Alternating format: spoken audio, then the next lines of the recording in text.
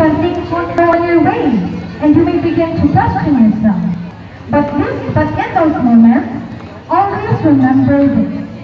You are not alone in your dream. You have your parents, na inyong mama or papa. They are your first teachers, your silent warriors, and your greatest supporters. No matter how far you go, they will always be there, cheering for you, praying for you, and believing in you, even when you doubt yourself. So look to your right, look to your left, look to your right, and look to your left. You have your friends, your companions in this journey. They will laugh with you, cry with you, and stand beside you through both victories and struggles. Treasure them. And when you look back, look out at the surroundings, graduates.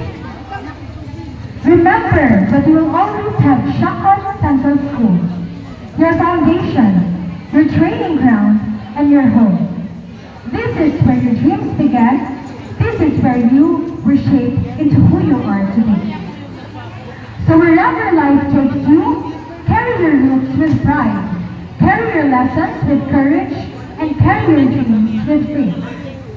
Congratulations, class of 2026. Continue to love Shakon Central School, and together, let us raise the SCS banner high with hope, with pride, and with purpose. Mabuhay po tayong lahat, and may God bless us all. Thank you.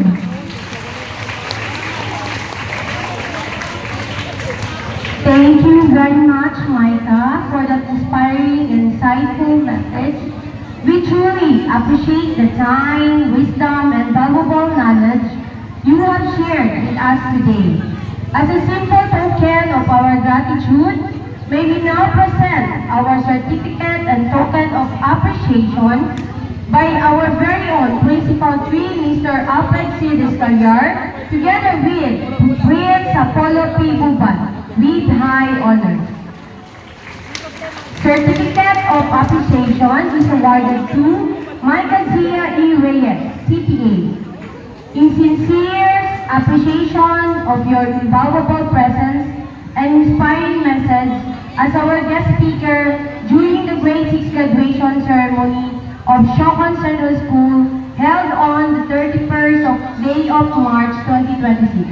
Your words have left a lasting impact on our graduates, encouraging them to face the future with confidence, purpose, and determination.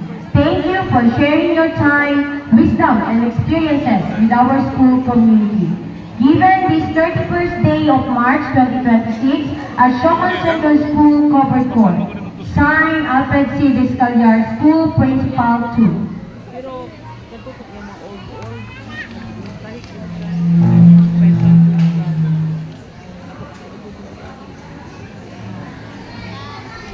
On behalf of the graduates of batch 2025 to 2026, please accept this token of appreciation as a symbol of our gratitude and recognition.